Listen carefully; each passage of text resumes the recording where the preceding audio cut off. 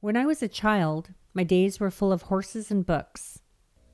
I was painfully shy and spent every possible moment at the barn, grooming, riding, and filling every second with horses, as these relationships were safe, loyal, and reciprocal. In 10th grade, when my family was moving from France back to Kentucky, my teacher commented on my report card, "It is unfortunate that Susan is so consumed with horses and books." It was meant to be a criticism, I think, but years later, I still reflect back on that somewhat scathing comment and realize that in some ways, things may not have changed so considerably after all. I no longer have the luxury to lose myself in the indulgence of fantasy and the pure delight of the written word. In fact, those hours are now filled with work, both my day job and my real job of running Red Bucket Equine Rescue and building our program, which has a vision of one day having an immeasurable and lasting impact on equine welfare. The horses, however, remain the same, only better, as there are more of them, and I can begin to repay a lifelong debt by helping them the way that they have so profoundly helped me.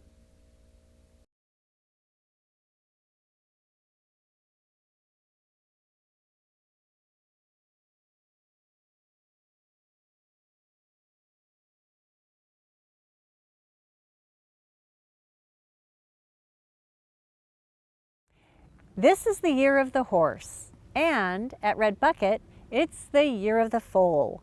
And they kept coming and coming and coming and coming. Just when we thought it was safe to go back outside to the barn, enter the donkeys.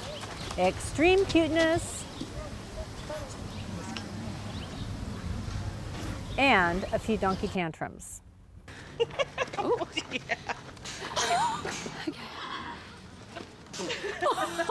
Let's like not get that.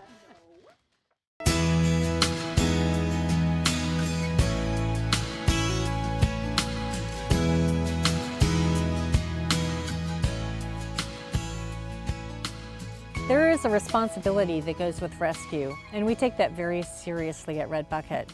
Every single time we say yes to a horse, it's incumbent upon us to ensure that that horse is set up for success for the rest of their life. It's a commitment that we honor, and we do so by ensuring the horse has the proper rehabilitation, the time that the horse needs to heal, and the training required to allow that horse to be placed forever.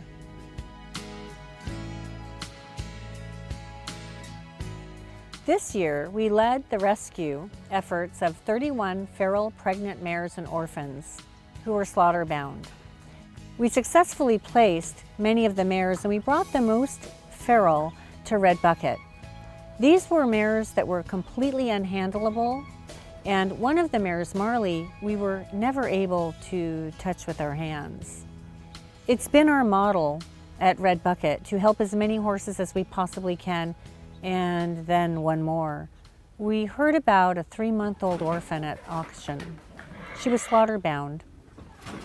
And when she came into us, she was completely exhausted and stressed. As a matter of fact, our first memories of her were that she slept for a solid week. She was just a little brown puddle in a bedding of shavings. When Roulette finally woke up and climbed out of the shavings and reclaimed her life, she absolutely awed us at her ability to go very quickly through Red Bucket Charm Farm and into the role of surrogate sister for the other foals. And the abandoned and the orphaned became the surrogate sister for all of our new babies.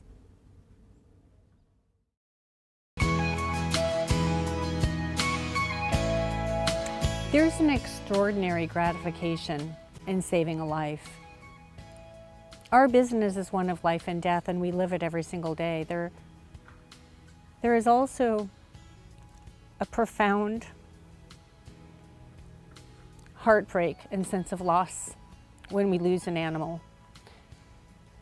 Buffy's mother came to us. She had been run over by a car and she was very injured. We stayed with her all night long. We don't leave animals who are sick. She knew she was dying.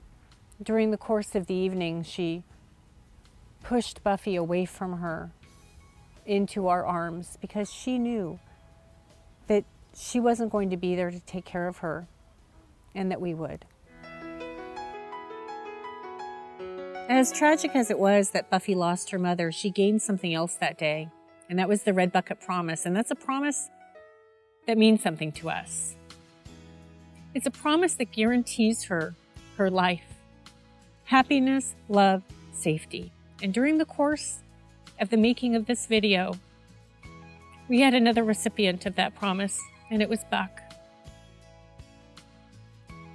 And the promise that was extended to him was compassion, love, touch, and nurturing until we said the final goodbye.